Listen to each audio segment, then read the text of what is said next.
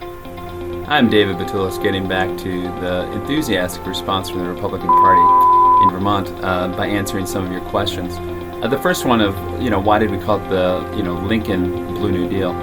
First, because, I happen to be descendant of W.J. Spalding, the divine, the minister, and Dr. Martha Mary Spalding, who were neighbors to Abraham Lincoln, of which we have photos of the Lincoln kids in our family photo album, which are more complete telling of the Lincoln family than you'd find even with the U.S. government. We'd be happy to share that with folks that are interested. The other questions that we got. So we think that the H.438 bill can have an amendment that has a Lincoln Blue New Deal response that's qualitatively different, qualitatively better than the Green New Deal style response that you've seen from other entities. And so we provide a request that's very conservative, in line with the origin of the Vermont Republican Party, which really does trace back to this photo album of individuals that I happen to represent two of the three folks that were real enthusiastic founded the Republican Party in Mount Pleasant, Iowa, where we have ties to Vermont, New Hampshire, and New York, going back to American founding. The Jotine Olympic was another question. Jotine Olympic is a medical sect. Olympic is a style of medicine. Vermont happens to have the most Olympians per capita of any U.S. state. That's something that's not advertised in a meaningful way.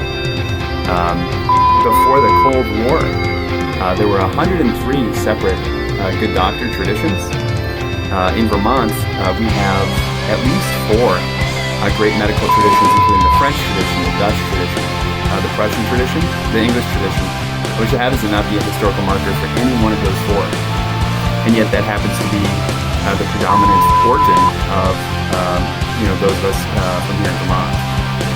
Me, I happen to be descendant of the folks, the Battalion Knights that built West Point. We were Lithuanian. We were a rare tribe. We're the tribe that domesticated the horse. We think that happens to be important.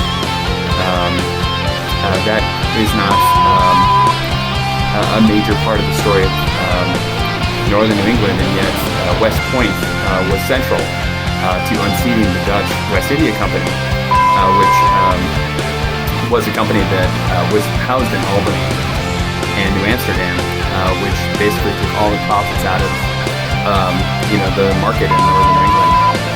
And in a lot of ways, New York still does, and Albany still does. And what our plan is designed to do is to move that source of profits in the old tradition into Vermont to celebrate Vermont's tradition of excellent performance in the Olympics, and to have Ability First Medicine reintroduced into Vermont, which is a very straight conservative approach. Adding a third medical sect in Vermont makes all the sense in the world. It's very conservative. Ability First Medicine is conservative medicine, in addition to medical doctrine and osteopathy, and it's straight and center in all the traditions that Vermont has had.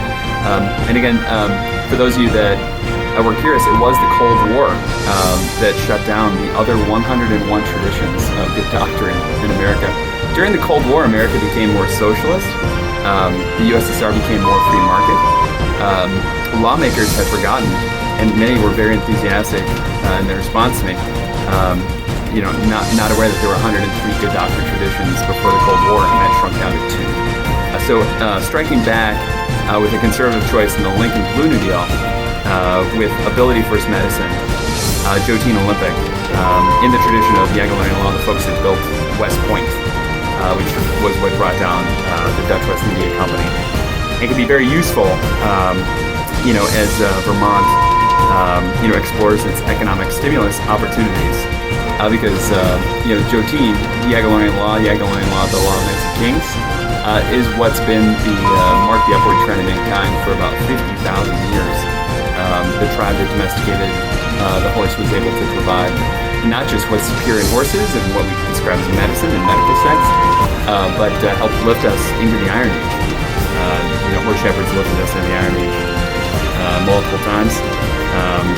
There's other parts of the world that have benefited from the Iron Age in the last 40 or 50 years, and it's time to bring the Iron Age back to Vermont.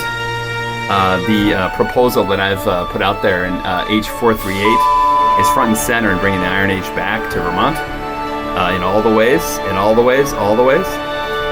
The other kind of law that you get when you only have 2 medical sects out of 103 is called riparian law. It's the law of the sea. Some people describe it as dog eat dog.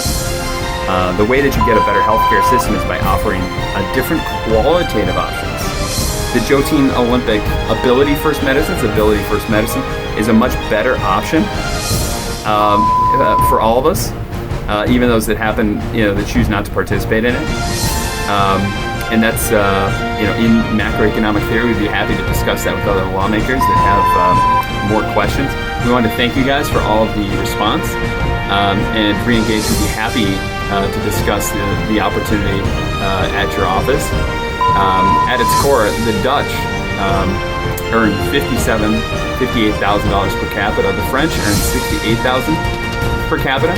London earns $56,000 per capita, and in Vermont, $48,000 per capita, despite the fact that we won the Revolutionary War against those other 3 countries. And so there's something those other 3 countries have done that Vermont hasn't. One of them is having this tradition of chivalry that I described and reintroducing Napoleon Bonaparte College of Knights and reintroducing a third good doctor tradition to make Vermont great again. Join us at profi.me with our proposal for H.438, our amendment. And I can be reached again by email. It's davidbatulis@profi.me.